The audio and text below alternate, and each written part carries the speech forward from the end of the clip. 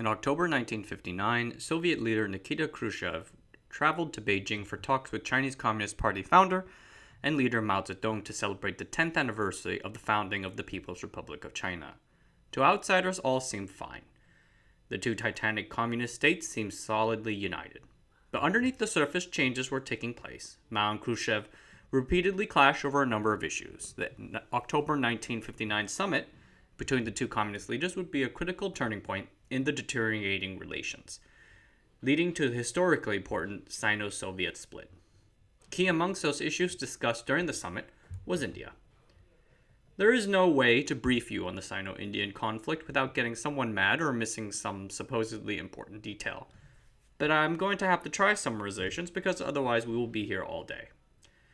In March 1959, Tibetans rose up against the Chinese government in open conflict. The Chinese armed forces crushed the rebellion, but the Dalai Lama, Tibet's religious leader, fled across the border to India. Chinese people never forget, and the fact that India continues to shelter someone who they consider a rebel leader grates on them.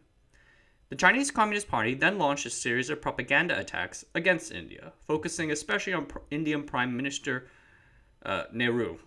Nehru found himself caught in the crossfire. Walking a tight wire, the politician acknowledged China's control of Tibet, but stopped short of returning the Dalai Lama to China. Infuriated, the Chinese agitated for the removal of Nehru himself. This embarrassed the Indian Communist Party and alarmed the Soviets, currently seeking to de-escalate tensions between communism and the West. In a report to the Central Committee of the Communist Party of the Soviet Union, senior member Mikhail Suslov wrote, "The goal of the rightist bourgeois circles is to unseat Nehru, to revise the neutralist foreign policy of India, to tilt it in a rightist direction to the path of alliance with Western powers. If reactionary circles of India succeed in achieving these goals, it would cause serious damage to the socialist camp and the whole cause of peace."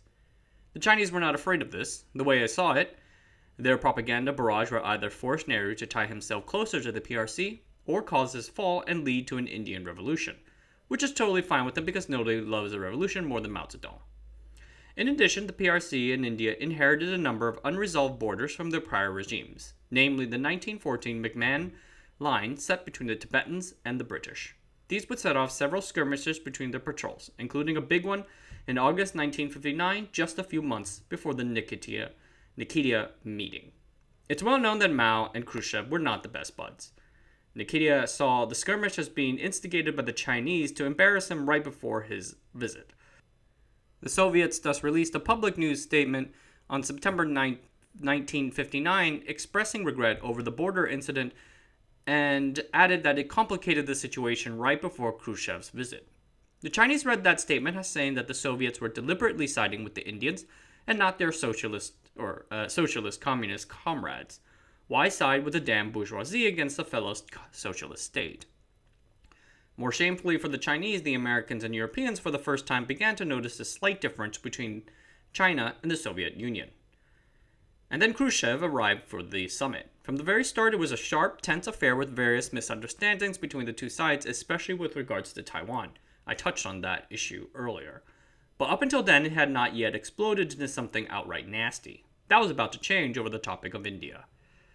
The official report from Suslov to the Communist Central Committee would say, "Comrade Khrushchev told the Chinese comrades that we do not completely understand their foreign policy, particularly with regard to India.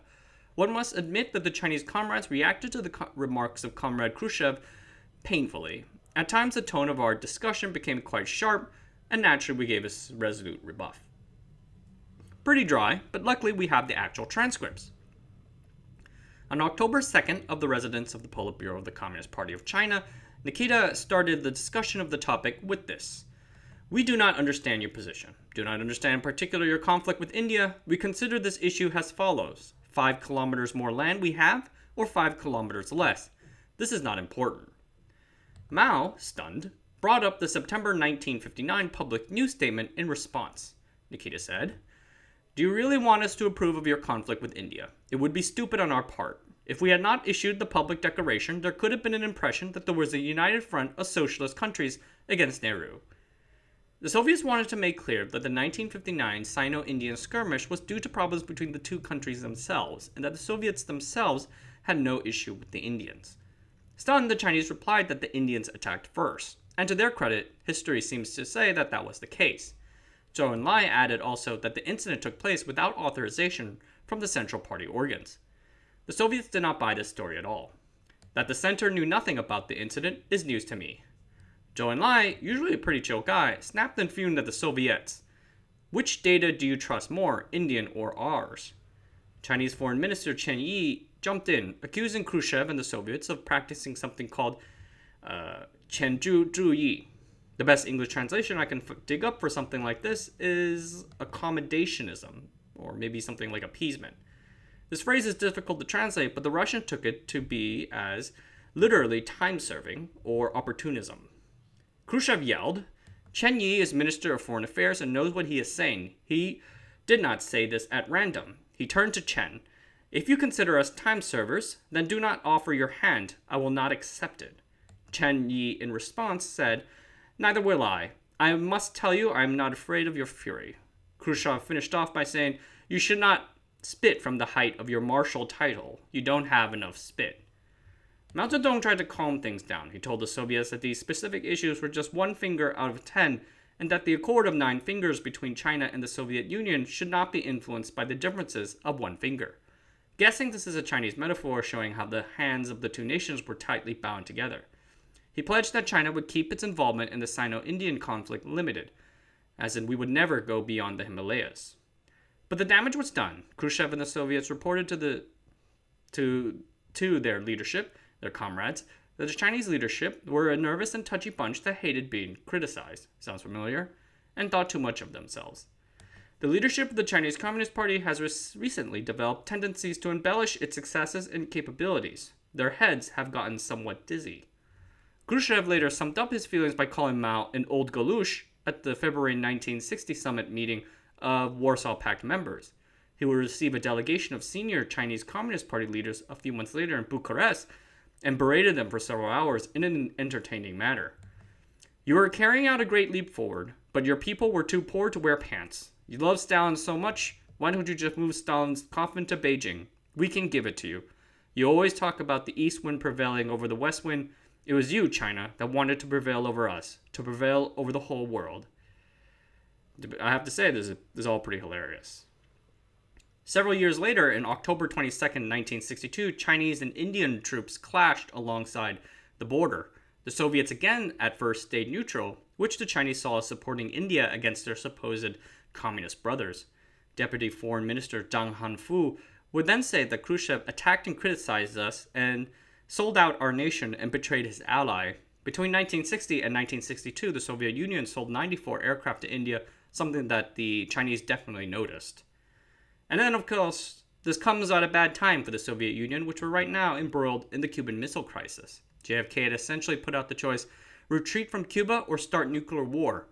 The Soviets sought at least some support from the Chinese by publicly reversing their position on the McMahon line, betraying the Indian Communist Party and damaging their relations with Nehru.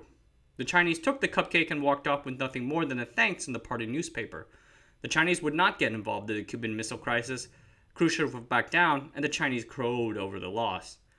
Mao and the Chinese communists would say later that they always knew that there would be no nuclear war. The American imperialists sat on a rich trove of goods stolen from the working classes. They have no reason to desire a nuclear war and lose all of that. And the Soviets? Stalin is dead, and with his death, the remaining Soviets have lost their fear and teeth. All they want now is to be warm and safe with their party privileges. From then on, there could be no peace between the Chinese and Soviet Communist parties. The West watched in amazement as the communist world splintered and engaged in open competition between each other. The world would never be the same again.